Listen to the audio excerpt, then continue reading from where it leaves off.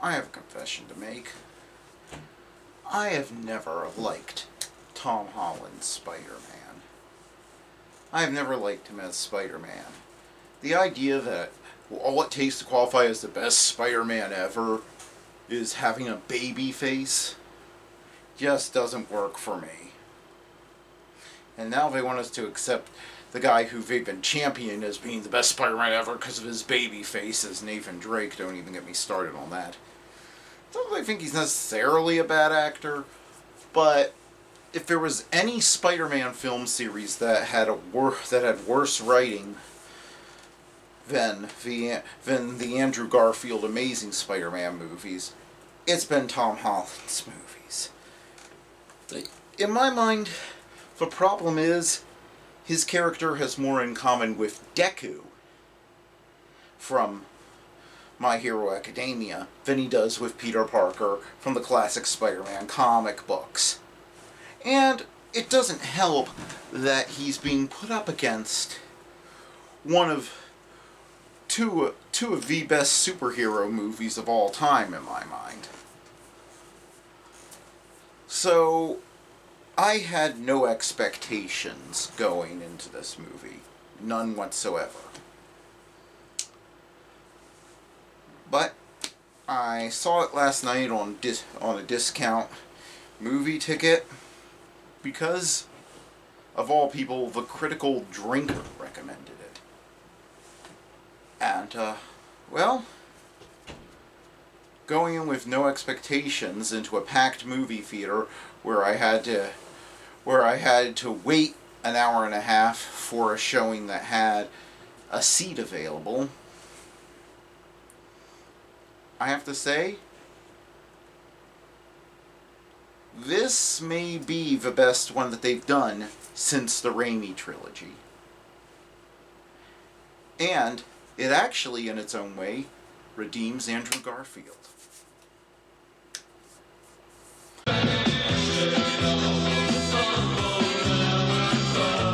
So yeah, if that wasn't enough of a spoiler warning for you, yeah, I'm not avoiding spoilers for a movie that's been out for about a week now. I'm just not doing it. I'm not tiptoeing around it. This movie ditches the infantile writing, the lack of stakes, the fact that everything that the infantile writing where characters do whatever feels good, the writing where the things like people shouting penis repeatedly for no reason other than to just be obscene.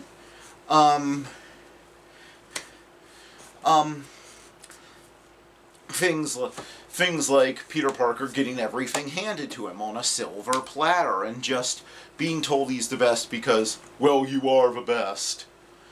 Just because, without him having to earn it. The lack of real emotional stakes, the lack of a real good relationship between him and the villain. All these things. This ditches every complaint, pretty much, I had about the Tom Holland movies, except for Woke J. Good night. She's still in this, yeah. Although she's more bearable. I don't know what they did, but they seem to have gotten her to finally relax a bit and actually smile once in a while and actually pull off what feels like more like a human performance, whereas I'm still not happy about what they've done to it. But you have to. But here's the thing you have to know going in about me. Ever since Mary Jane has always been one of my favorite comic book characters. So yeah, not even the Raimi movies, which Spider-Man 2 is in my book tied with Superman the movie as the pinnacle of what the superhero movie can be as cinematic art. So, and even that didn't get everything right about MJ for me. So, I'm still waiting for that comic book accurate Mary Jane. I kind of get the feeling that maybe we would have gotten that if Andrew Garfield had done Amazing Spider-Man 3 and she would have been introduced, but that was a lost opportunity. So yeah, and this is a real growing point, and by the end of this movie, Tom Holland, all the problems with his Spider-Man are completely reset, and he finally gets the best looking Spider-Man costume. One that is completely accurate to the classic comic book look. All the other ones in the movies have always had something with them, so that's a little thing that goes in there. And everything is just... wow, it actually feels like... my problem with Marvel movies is... my problem with Marvel movies in the past, like... Since the original Avengers, Marvel has had a problem as... it's been since Disney really took them over, where they've been rushing out movies too quickly. And their movies... and thus their movies... they tend to be riddled with not just plot holes, but characters' actions that don't make 100% sense, all this other, because they have to get a new one out, like, because Marvel dictates every 4 months you have to have a new movie out. Disney, has decreed from on high, and you just can't make movies of this complexity that fast without mistakes coming in. Also, Disney doesn't want to upset anyone.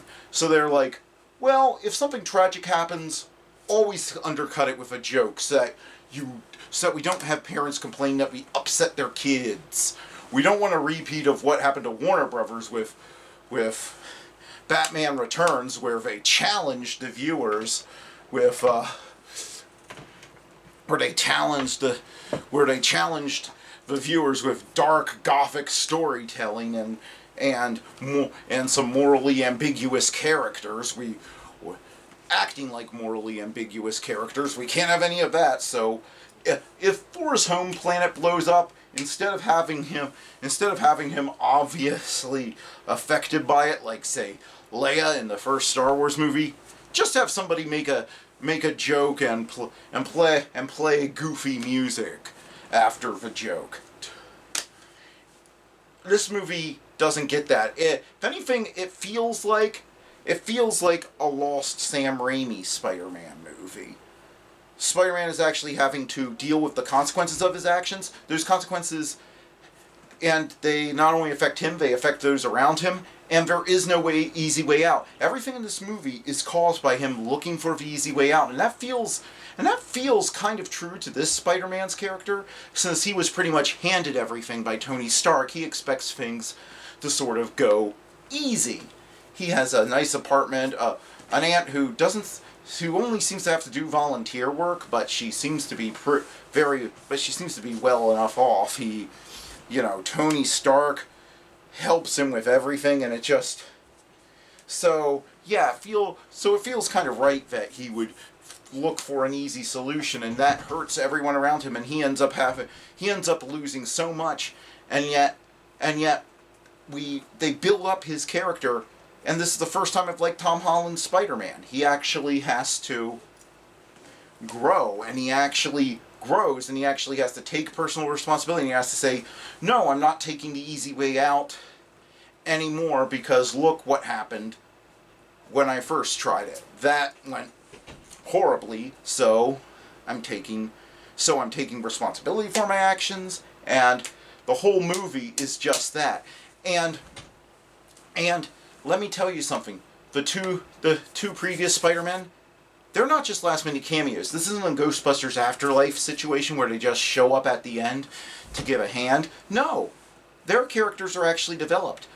Tobey Maguire has a great thing where you can tell, where I don't understand how he does it. He did not miss a beat. He comes in and he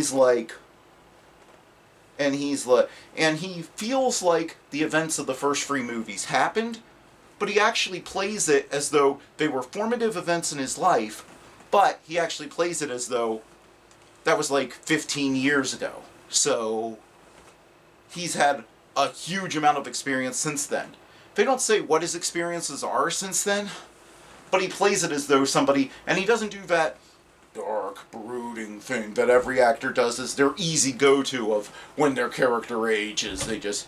No, he's the same guy he was in the Spider-Man movies.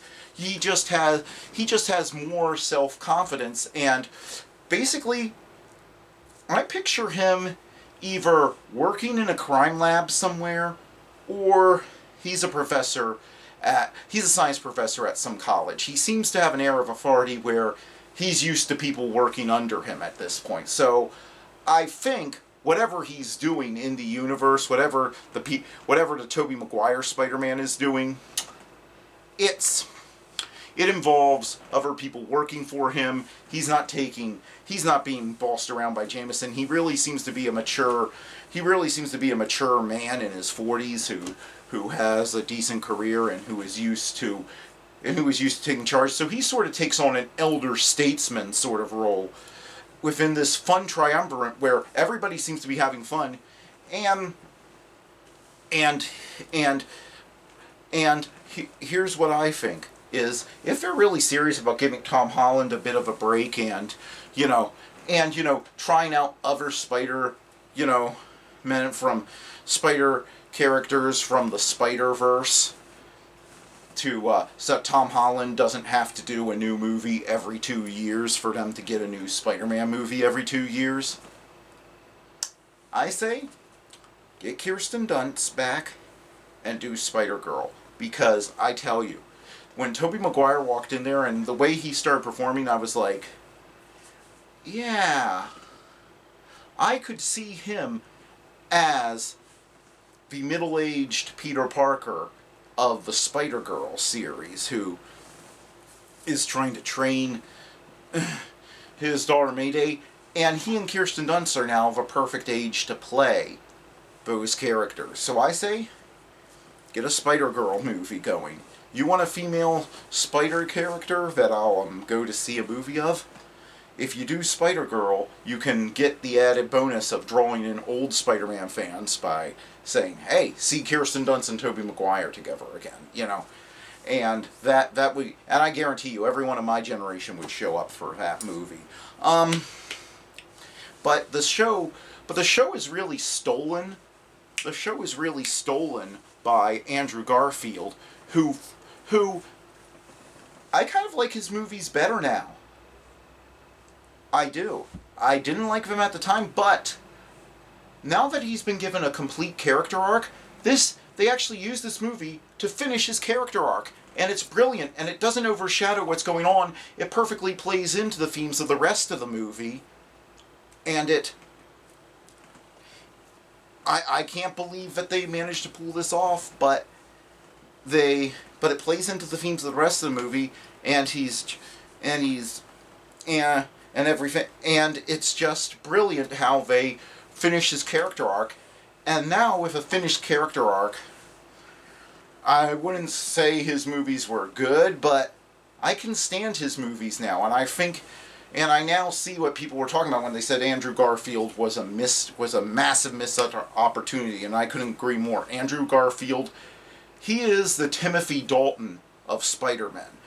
And by that I mean, he was one of the best, but he was a missed opportunity for a variety of behind-the-scenes reasons that had nothing to do with him or his performance. That's what he feels like to me. Well, the one where I think every Spider-Man fan is going to go, what could have been, And hey, if you want to make Amazing Spider-Man free after this, go right ahead.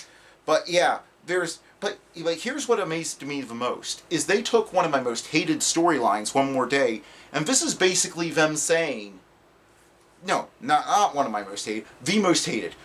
The worst comic book storyline of all time is Spider-Man, One More Day. This takes all the basic concepts of One More Day, but it does them right. It does them without Peter becoming a selfish jerk. It does them without what they're doing seeming pointless. It does it without Peter taking the easy way out. It does it without him making a deal with the devil. And in it, Peter has to make a far bigger sacrifice. And yeah, he sacrifices his relationship with his MJ in this, but they make it work because This time it is not a self-centered choice that you're like, well, that's very short-term thinking, and it isn't him looking for an easy way out. He tries every other way out of this, and it's to help other people and to make up for something bad he did. There aren't any stupid plot holes leading to this. And oh, in case you're wondering, I don't know what they did, but it was like Willem Dafoe and Alfred Molina in particular had never left their roles. I don't understand how they did this, but they felt just as natural as they did. It felt like this had been shot right after Spider-Man 2. I don't know how they did that. And Jamie Foxx completely redeems himself as Electro. I didn't really like his Electro in The Amazing Spider-Man 2, but this shows that if they had just focused on his character instead of making that movie the bloated mess that it was, if they had focused on him, he could have been, that could have been great. If anything, this proves Amazing Spider-Man 2 should have just focused on Electro, or they should have just, saved Electro for The Amazing Spider-Man 3 or something. This just shows how badly they screwed up things. But yeah, I didn't find myself cringing. I mean, I don't know what else to say other than Woke J destroyed my enjoyment of, destroyed any chance I had of enjoying the previous Tom Holland movies, along with bad writing of Tom Holland's Spider-Man. But this time, I wasn't cringing that much. I mean, I still wish when she was on screen, I still wish they stopped calling her MJ, because that feels just like sacrilege. But she actually was acting like a human being in this. So the fact that there is that, and the fact that I wasn't going to see this movie until I saw that the Drinker put it up as a Drinker Recommends, should tell you everything. I was 100% against this movie. I mocked the trailer when I saw it before Ghostbusters Afterlife. I still hate the line, Scooby-Doo this crap. If there was ever a less Doctor Strange line to put in a movie, that was it. However, this is probably the best movie in the MCU. This has old-style stakes, old-style morality. This has every complaint I've had about the MCU is just gone from this. This is what a good superhero movie is supposed to be.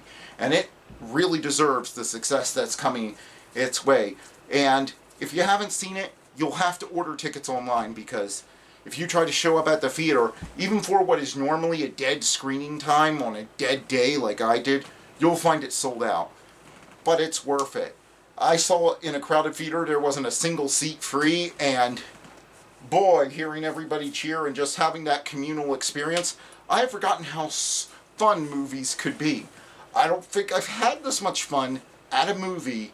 I had fun with Ghostbusters Afterlife, but this reminded me of the experience I had in the early 2000s. This feels like a lost film from the early 2000s when they were making these kind of movies that were designed to bring people together as a community and just have them have fun, regardless of anything. And no woke politics, nothing. This is just a pure superhero movie that feels like I haven't had this kind of experience since like Spider-Man 2 or Return of the King. That's what I was taken back to, those days when I was going to the movies. So go see this movie. You won't regret it. You won't regret it. This is... I really hate Tom Holland's Spider-Man, but now, after they've reset him, after they've used this movie, it feels like somebody came in, they realized what was going wrong, and they said, okay, let's reset it.